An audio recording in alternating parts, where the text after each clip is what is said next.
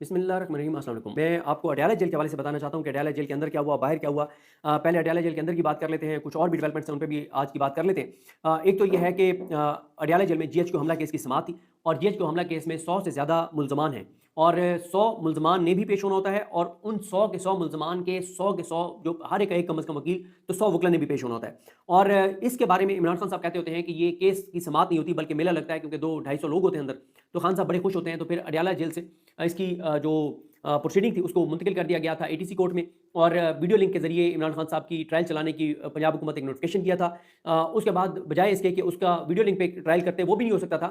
ये WhatsApp video call पे trial Imran Khan के चलाते रहे। इमरान खान उसका ऐसा नहीं बने और फिर आपको मैं तफसील से बता चुका हूँ कि सलमान राजा साहब ने वहाँ जाके किस तरह से गरज बरस के और उन्हें दलाइल दिए थे। फैसल मलिक साहब ने बहुत ज़बरदस्त दलाइल दिए थे। फिर पंजाब हुकूमत का वीडियो लिंक के जरिए जो ट्रायल चलाने का नोटिफिकेशन है उसको Lahore high court Rawalpindi bench में चैलेंज किया गया। वहाँ पे पिटीशन गुम जाती है, फिर पिटीशन मिल जाती है, फिर उसकी समाअत होती है। समाअत जो है वो 6 अक्टूबर तक मुलतवी होती है। 6 अक्टूबर को बेंच ही खत्म हो जाता है वो और 6 अक्टूबर को सोमवार के दिन नोटिफिकेशन पंजाब हुकूमत वापस ले लेती है, क्योंकि वापस ना भी लेते तो भी वो इस्लामाबाद लाहौर हाई कोर्ट से कलअदम हो जाता। लाहौर हाई कोर्ट से ना होता तो सुप्रीम कोर्ट से तो कंफर्म हो जाता, क्योंकि उसकी कोई लीगल बैकिंग नहीं थी। और ये वो मामला है जिस पे सलमान राजा साहब ने कल प्रेस कॉन्फ्रेंस करते हुए बताया कि जो मेहदी हसन है उन्होंने जो इंटरव्यू किया ख्वाजा आसिफ का, उसमें स्पेसिफिक इसी चीज़ का सवाल भी उन्होंने किया था। तो इंटरनेशनली भी ये मामला बहुत ज़्यादा हाईलाइट हो गया था। इसलिए पंजाब हुकूमत ने नोटिफिकेशन वापस ले लिया और जेल ट्रायल का नोटिफिकेशन कर दिया। अब होता यह है कि कल जब वकला पहुंचते हैं, अक्यूज्ड मुल्जमान पहुंचते हैं, उनके वकला पहुंचते हैं तो उनको बाहर रोक लिया जाता है। शेख रशीद साहब भी बाहर मौजूद थे, बाकी मुल्जमान भी खड़े थे। तो 3 वकला को जो है वो पौने 11 बजे अंदर भेजा गया। फिर क्योंकि जज साहब 10:30 बजे आ गए थे, जज अमजद शाह साहब। उसके बाद फैसल मलिक एडवोकेट साहब को कहा गया कि आप अकेले चले जाएं।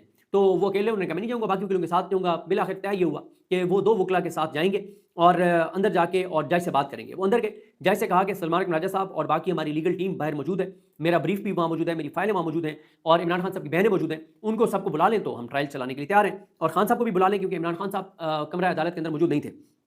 जज साहब ने तहरीरी हुक्म जारी किया कि जनाब इमरान खान की बहनों को भी आने दें, लीगल टीम को भी आने दें और सलमान राजा साहब को भी आने दें। फिर इस जज साहब का जो ऑर्डर है वो रिटर्न आ जाता है, रिटर्न ऑर्डर वो डिटेट करवा देते हैं। उसके बाद समाअत शुरू होती है। तो जज साहब कहते हैं हाँ जी, बताया गया कि जनाब वो तो ना बहनों को आने दिया गया है, ना लीगल टीम को आने दिया गया है और इमरान खान साहब भी नहीं आए थे। इमरान खान साहब के बारे में पूछा गया अदालती अमले से कि बताएं कि इमरान खान साहब, उन्होंने कहा जी खान साहब कह रहे हैं कि अभी तो मैं वर्जिश कर रहा हूँ, वर्जिश करने के बाद मैं शावर लूंगा, शावर लेने के बाद मैं कॉफ़ी पीऊंगा और कॉफ़ी पी के फिर मैं आऊँगा। अच्छा, इमरान खान ऐसी चीज़ें क्यों करते हैं? इमरान खान ऐसी चीज़ें करते हैं इसलिए करते हैं कि इमरान खान बताना चाहते हैं कि वो मजबूत आसाब के मालिक हैं और वो ना जेल से घबराए हैं, ना डरे हैं, ना उनके आसाब पे कोई बोझ है और उनको आप जितने मर्जी ट्रायल करने, जितनी मर्जी सजाएं देने, इमरान खान को इससे कोई फ़र्क नहीं पड़ता। ना वो डील करेंगे, ना वो ढील देंगे, ना वो सरेंडर करेंगे, ना वो इस निज़ाम के साथ कोई सौदा करेंगे। बल्कि हमें एक बार एक वकील ने बताया कि जज साहब ने फ़र्द जुर्म आयद करनी थी इमरान खान साहब पर। तो इमरान खान साहब पीछे बैठे हैं, जज साहब अब लंबी चौड़ी चार्जशीट पढ़ रहे हैं। तो इमरान खान साहब ने ऊंची आवाज़ में कहा यार इसको जज को कहो, मुझे भी पता है इसने क्या करना है और क्या इसने फर्द जुर्म आयद करनी है। मैंने सुन लिया यार, करो फर्द जुर्म आयद करो, मैंने जाके एक्सरसाइज करनी, मेरी एक्सरसाइज का टाइम हो गया। यानी ये है हालात और सूरत हाल इमरान खान की। तो इस तरह से वो जजेस के साथ करते हैं और मतलब इसलिए फिर ये इमरान खान साहब का जीएचक्यू हमला केस में ट्रायल जो है वो वीडियो लिंक पे मुंतकिल कर दिया गया था कि ताकि जज जो है वो दूर हो इमरान खान साहब से और वो जो जजेस के ऊपर एक इमरान खान साहब जब मौजूद होते हैं तो एक जो दबाव होता है, क्योंकि दबाव में होता और कुछ नहीं, फैसला वो वही करते हैं जो उन्होंने करना होता है। लेकिन वो ट्रायल उतनी तेज़ी से नहीं चला पाते जब खान साहब मौजूद होते हैं, जितनी तेज़ी में वो चलाना चाह रहे होते हैं। एक बड़ा इमरान खान का है कि जहाँ पे मौजूद हों तो वो जज साहब तो फिर ज़ाहिर है उनके ऊपर एक बड़ा सख्त दबाव होता है इमरान खान का। उसके बाद जी केस उसके बाद फिर टेकअप हुआ, तीसरी बार टेकअप हुआ तो इमरान खान साहब को नहीं लाए थे। तो उन्होंने वही बताया कि जनाब वो तो कह रहे हैं कि मैं एक्सरसाइज करूँगा, एक्सरसाइज करके शावर लूँगा, फिर मैं कॉफ़ी पीऊँगा, फिर आऊँगा। खैर 2 घंटे गुज़र गए और जब उन्होंने कहा जी हम एविडेंस रिकॉर्ड करना चाहते हैं, तो फैसल मलिक साहब ने एविडेंस रिकॉर्ड नहीं होने दी और उस वक़्त तक 1 बज चुके थे और इस तरह से प्रोसीडिंग अंदर नहीं हो सकी, एविडेंस रिकॉर्ड नहीं हो सका और समाअत जो है वो 20 अक्टूबर तक मुलतवी कर दी गई। उसके बाद फैसल मलिक साहब ने कहा कि जी हमारी इमरान खान साहब से आप मुलाकात करवाएँ, जज को कहा। जज साहब ने जाते-जाते हदायत दी जेल इंतज़ामिया को कि आप इनकी मुलाकात करवाएँ। उन्होंने कहा हमारी मुलाकात करवाएँ ताकि हम इमरान खान साहब से इंस्ट्रक्शंस ले सकें। तो मेरे ख्याल हसनैन सुंबल, राजा मतीन, आकिल एडवोकेट और अवैस एडवोकेट, ये सब जो है वो इनके साथ फैसल मलिक साहब के साथ मौजूद थे। खैर जज साहब चले गए, जेल का अमला उनको अंदर ले गया कि इमरान खान को तो यहाँ नहीं ला सकते, अंदर ले गए, सुप्रिटेंडेंट जेल के दफ्तर में ले गए। तो वहाँ पे फिर एक और वहाँ पे आए जेल इंतजामिया के अफसर और उन्होंने कहा जी आपको क्यों हम मिलवाएं। उन्होंने कहा जज का हुक्म है। खैर टाल मटोल हुई और उन्होंने आके और गलत बयानी ये की कि इमरान खान नहीं मिलना चाहते। वो कहते हैं कि आज मेरा बुशरा बीबी से मुलाकात का दिन है तो मैं आपसे मिलना ही नहीं चाहता। ये झूठ है, इमरान खान क्यों अपने वकीलों से नहीं मिलेंगे। और लेकिन मैंने आपको बता दिया कि गवाहों को रिकॉर्ड नहीं होने दिया। फिर आज 7 अक्टूबर को 2 दरखास्तों की समाअत थी फरहत जबीन शायद उनका नाम है, एडिशनल सेशन जज उनके सामने। एक जो अलीमा खानम साहिबा पर अंडा फेंका गया था, हमला किया गया था, उसकी एफआईआर की दरखास्त दी गई थी, एफआईआर दर्ज नहीं हुई। उसके ऊपर ये अदालत में ताबिश फारूक और पीटीआई की लीगल टीम चली गई। वहाँ भी फैसल मलिक वकील हैं और वहाँ पे क्योंकि फैसल मलिक साहब इधर अडयाला मसरूफ थे, तो वो समात जो है वो एडजर्न हो गई है, मेरे ख्याल परसों तक चली गई है। दूसरी जो दरखास्त थी वो जो अलीमा खानम साहिबा को यहाँ से ज़बरदस्ती गाड़ी में बिठाकर और बैराने में जाके वहाँ पे गाड़ी से उतार दिया जाता है, उस पर जो एफआईआर की दरखास्त है उसके ऊपर भी 22 ए की दरखास्त है। 22 ए की दरखास्त ये होती है कि जब आप किसी भी वाक़े की एफआईआर दर्ज कराने के लिए थाने में जाते हैं और पुलिस आपकी एफआईआर दर्ज नहीं करती, तो आप अदालत जाते हैं कि अदालत पुलिस को हुक्म दे कि हमारी एफआईआर दर्ज की जाए, ये होती है 22 ए की दरखास्त।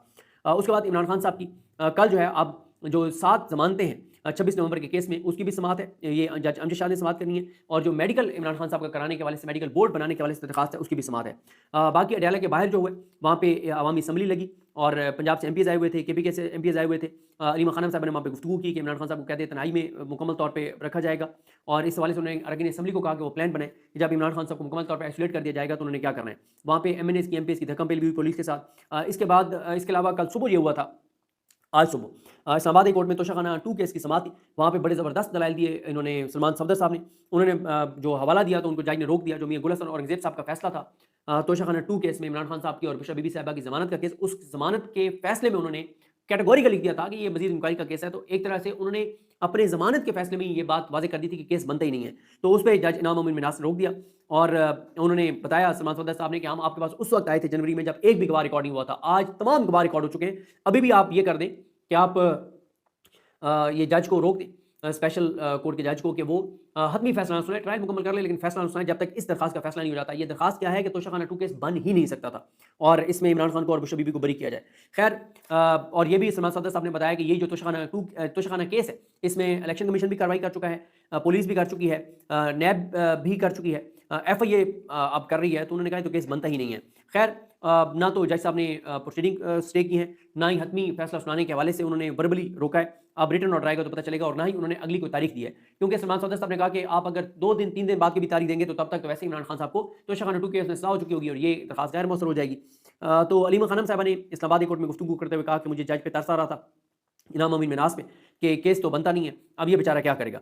और उन्होंने कहा कि लेकिन जजेस ये याद रखें कि इनके फैसले तारीख में रहेंगे और इनकी आने वाली नस्लें जो है वो जो जज आज़ाद होंगे तो उनकी नस्लें फ़ख्र से अपना तारुफ कराएंगी कि हम उनके पोते हैं, पोती हैं, नवासे हैं, नवासी हैं। और जो जज इंसाफ नहीं करेंगे तो उन्होंने कहा कि अलीमा खानम साहब ने कहा कि उनको तारीख में अच्छे अल्फाज में याद नहीं रखा जाएगा। और ये उन्होंने जो है उन्होंने बहरहाल कहा है कि इमरान खान साहब को मुंतकिल किया जा सकता है अडयाला से, कहीं इस तरह की बातें की जा रही हैं। तो फिर उसके बाद ये एक और डेवलपमेंट, आज सलमान राजा साहब ने बड़ी दबंग प्रेस कॉन्फ्रेंस की। उन्होंने 26वीं यानी तरमीम के बाद जो कुछ हुआ है अदलिया के अंदर उसकी बात की और उनके साथ बाबा रवान साहब थे और शौकत बसरा साहब थे, इंजाज हुसैन पंजोता साहब थे, मैं और जो बाबा रवान साहब के साहबजादे हैं जो वकील हैं वो भी थे। और इसी तरह से मैं बाबा रवान साहब की तो प्रेस टॉक नहीं सुन सका, लेकिन सलमान राजा साहब की मैंने सुनी थी। उन्होंने उसमें कहा कि 26वीं आईनी तरमीम को लाने का मकसद मिलिट्री कोर्ट्स वाला फैसला जो था जो दिया था जस्टिस एजाजुल हसन साहब ने और मुनीब अख्तर साहब ने, आयशा मलिक साहबा ने, मज़ाहिर अकबर नकवी साहब ने, उस फैसले को कलअदम करवाना था। जो दूसरा मखसूस नशस्तों से पीटीआई को महरूम करना था। तो उन्होंने कहा इसके लिए ये आईनी तरमीम लाई गई थी। उन्होंने उसके बाद कहा कि अदलिया का वजूद ही बरकरार नहीं रहा, इंसाफ का कत्लेआम हो रहा है। उन्होंने कहा कि मिलिट्री कोर्ट्स में सिविलियंस का जो ट्रायल है वो नेपाल, बांग्लादेश, श्रीलंका और भारत में भी नहीं होता। उन्होंने कहा सिर्फ अफ्रीका के एक मुल्क में होता था, युगांडा में। अब वहाँ पे भी ये कानून खत्म कर दिया गया है, वहाँ पे भी युगांडा में भी जो है वो सिविलियंस का मिलिट्री कोर्ट में ट्रायल नहीं होता। लेकिन हमारी सुप्रीम कोर्ट के जजेस ने जो है वो मिलिट्री कोर्ट्स में सिविलियंस के ट्रायल को अलाउ कर दिया। अच्छा, ये याद रखें कि ये 5 जज जो थे जिन्होंने अलाउ किया उसमें उन्होंने नाम नहीं लिया, मैं वैसे आपको बता रहा हूँ। जस्टिस अमीनुद्दीन खान साहब हैं, मोहम्मद अली मज़ा साहब हैं, हसन नज़र रिजवी साहब हैं, नुसरत हिलाली साहब हैं और शाहिद बिलाल हसन साहब हैं। इन 5 जजेस ने ये फैसला दिया है कि सिविलियंस का मिलिट्री कोर्ट में ट्रायल हो सकता है। और इन्होंने एजाजुल हसन साहब, मुनीब अख्तर साहब, आयशा मलिक साहबा और मज़ाहिर अकबर नकवी साहब का फैसला कलअदम किया और याहिया अफरीदी साहब का। इसके बाद उन्होंने भी कहा सलमान राजा साहब ने कि तारीख जजेस को माफ़ नहीं करेगी और जो इस तरह के फैसले देते हैं। उन्होंने कहा कि ये फैसला रद्द होगा मुस्तकबिल में। उन्होंने कहा कि मखसूस नशिस्तों के केस में तहरीक इंसाफ को नशिस्तें दी गई, लेकिन फिर उसके बाद 26वीं आईनी तरमीम के तहत बेंच बदल दिया गया और फिर मखसूस नशिस्तों से पीटीआई को महरूम कर दिया गया। अच्छा, यहाँ पर यह बताना जरूरी है कि कौन से वार्ड जजेस थे जिन्होंने मखसूस नशिस्तों के में तहरीक इंसाफ के हक में और उस वक्त फैसला दिया था। उसमें मंसूर अली शाह साहब थे, मुनीब अख्तर साहब थे, आयशा मलिक साहबा थी, अतर मिन्नाह साहब थे, शाहिद वहीद साहब थे, मोहम्मद अली मज़ा साहब थे, हसन नज़र रिजवी साहब थे, इरफान सादत खान साहब थे। उसके बाद अभी जो 11-12 जजेस जिन्होंने तहरीक इंसाफ को मखसूस नशिस्तों से महरूम किया है, इसमें वो इख्लाफी नोट लिखने वाले जजेस भी थे मेन केस में। पहले वो अमीनुद्दीन खान साहब थे, मोहम्मद अली मज़ा साहब थे, जमाल खान मंदोखेल साहब थे, हसन नज़र रिजवी साहब थे, मुसरत हिलाली साहबा थी, नईम अख्तर अफगान साहब थे, शाहिद बिलाल हसन साहब, आमिर फारूक साहब, अली बकर नशवी साहब और हाशिम काकर साहब, इन जजेस ने मखसूस नशस्तों से तहरीक इंसाफ को महरूम किया। और उन्होंने कहा सुप्रीम कोर्ट इस वक्त 26वीं आईनी तरमीम के सियास साए में काम कर रही है। और फिर उन्होंने पुलिस वालों के जो गवाह हैं, पुलिस के जो 2 गवाह हैं जीएचक्यू हमला केस में और 9 मई के दीगर केसों में, उनका भी पोस्टमार्टम किया और जीएचक्यू हमला केस पे भी उन्होंने बात की।